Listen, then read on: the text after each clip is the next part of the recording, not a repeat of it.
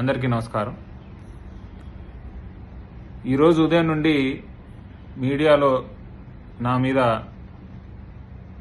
తిరుమల సిఫార్సు లెటర్ల గురించి ఏవో ఆరోపణలు వస్తూ ఉన్నాయి. మాట్లాడలేదు. కేవలం కుప్పంలో చంద్రబాబు నాయుడు గారికి ధీటుగా నిలబడి పోటీ చేశామని, ఇంకా నిలబడి అక్కడ ఫైట్ చేస్తున్నామనే ఒకే ఒక కక్షతో ఈరోజు నన్ను, నా పేరును నాశనం చేయాలని చెప్పి ఇలాంటి అనవసరమైన రాజకీయ కేసులు, అనవసరమైన డిఫేమ్ చేయడానికి చేస్తా ఉన్నారు. ఖచ్చితంగా దీన్ని నేను ఎదుర్కొంటాను. భగవంతుని లెటర్లు గాని ఇంకోటి గాని అమ్ముకొని బ్రతకాల్సినటువంటి పరిస్థితి నాకు లేదు. అది ఎప్పటికీ కూడా రాదు.